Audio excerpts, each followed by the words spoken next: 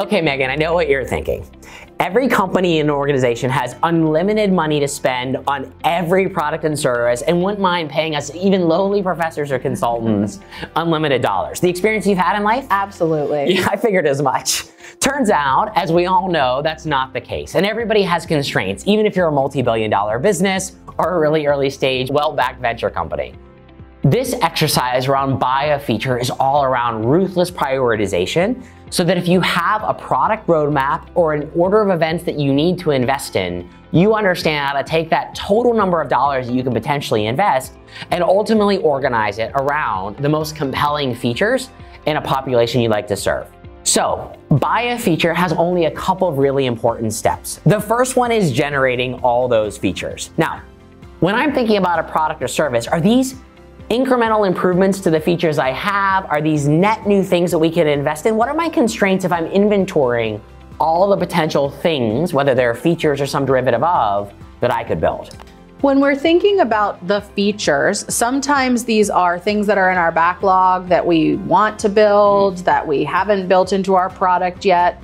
As we're imagining a new product or service, they could be all of the features that we think should go into that. And maybe we just have so many ideas, we're not sure what should be in our V1 versus our V2, etc., right? So we have all these great ideas for what this thing could be. How do we narrow and get to a place where we have a number of features that are reasonable for us to build first? Okay, I see. So it's not just a constraint though on dollars. It all could be seasonal timing, time to market, and so the goal of this buy a feature is first and foremost to inventory, as you said, all the things in our backlog or in our vision map or in some future aspirational state, regardless of what we're selling. Right, we want to understand the cost to us to make those things, right? Okay, so we do need a constraint. Sure, cost in terms of dollars, hours, etc. Like, what does it really mean to make this feature versus that feature? Oh, I see. Okay, so step one in buy a feature is inventory all the things you could build.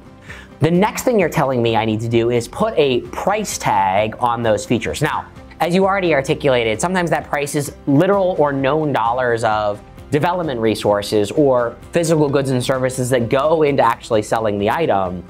But it also could be some intersection of the impact or opportunity cost that particular feature has. So I might call a feature like search worth $1 because it only takes a quick repurposing of what we already have.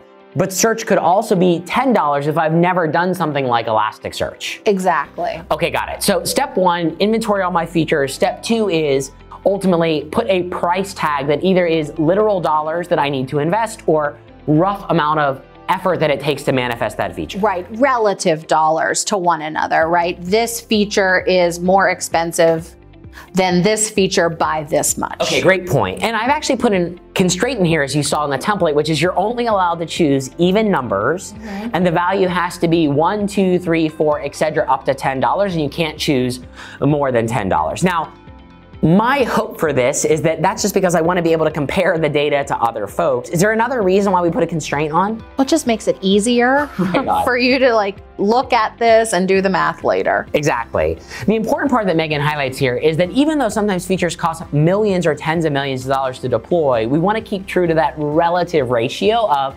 easy or arguably $1 or really, really hard and significant investment at $10. And if we're asking our users or our consumers to participate in this buy a feature, we don't necessarily need to convey to them how much it would cost our organization to build. We just want them to be able to understand that some features, if they really want them to be a part of this design, are more expensive, meaning require more resources than other features, so that we can get a good sense of prioritization from their point of view. Yeah, well said. In fact, Megan, one of the tactics I've used in the past is if I've been designing around a subscription service, I actually say, hey, this would increase your service $1 a month, $3 a month, $5 a month. And so people start to really get in that first person perspective of me pulling out my wallet, digital or physical, and she or he's spending that actual money as a consumer or, of course, an enterprise. That's right. Okay, so now we have a list of features and we have price tags on these features, a relative amount of work. Now we built 3 individual sessions in our template: top tier, parking lot, recycling bin. The stuff that goes in the top tier is the stuff that somebody really, really wants you to build, but we have to have a constraint or a budget. Megan, why do we put a budget, let's say $35, like in our example here on the right-hand side on this top section? Right, this is where we actually force prioritization. Oh, I see. We really want to make our budget smaller than the total cost of all the features so that someone can't buy all the features, right? See. We really want to get a good sense of like what the reasonable first number of features or the most important features are for people. The thing that's really nice about this template is it doesn't just stop there, right? It's not just what are the features that fit into your budget that you really like. It also asks two more questions. What are features that you couldn't afford, they were over budget, but you still felt really strongly were valuable? Okay. Those can go into the parking lot, and it begins to give us a sense of what are things that, you know, if we have time, if we have resources, maybe they go in the next version, we might still want to build. And then we get this recycling bin area, which helps us to understand what are those features that were over budget and people didn't really see the value of. Oh, I see. Okay, so let me say that back to you. So first green bucket is things that I'm willing to physically pull my wallet or credit card and swipe for within a constraint. So obviously this totals exactly $35, but I wouldn't be allowed to sneak even one more dollar in this green. Nope. But if I valued, let's say, that upsell page or that A/B test pricing, even though it costs $3, which doesn't fit in the constraint you gave me, I could put it in my parking lot, which probably means it's what I'm building at the top of my backlog next, whether that's next month, next quarter, next year, and the like. And this recycling feature is actually really interesting to me because now I'm saying, I actively don't want this, it's probably not next, and I'm not really sure if I even have an opinion about it, let alone where it fits. Is that the right way to interpret our template? Absolutely. All right, great. So, as Megan has already highlighted here, we have three really critical steps. We have the inventory of the features that are possible to build, the relative amount of effort or work that goes into those features, or in case you're using my subscription example, what it might actually cost a consumer or an enterprise, and then ultimately our forced prioritization around a scarcity metric like budget, top tier, parking lot, and recycling bin.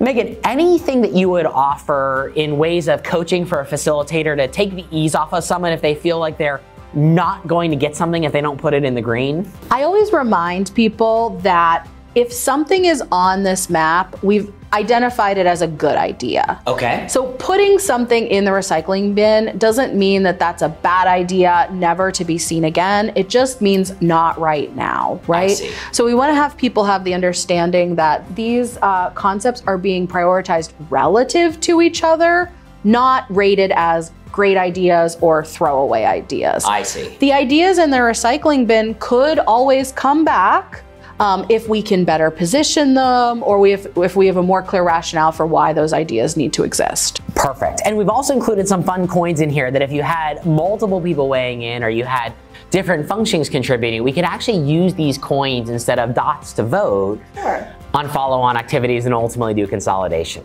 Well, Megan, I think you've walked us through this idea of forced prioritization in a really graceful way, even though it can feel a little intense in the moment. So for those listening in, don't hesitate to watch this video again. Share your experience and comments with us about how you applied the buy a feature exercise, whether it's on software or physical goods, and we'll look forward to making this template even better based on your feedback. So thanks again, Megan, for being our guide. Thanks again for listening. We'll talk to everybody soon.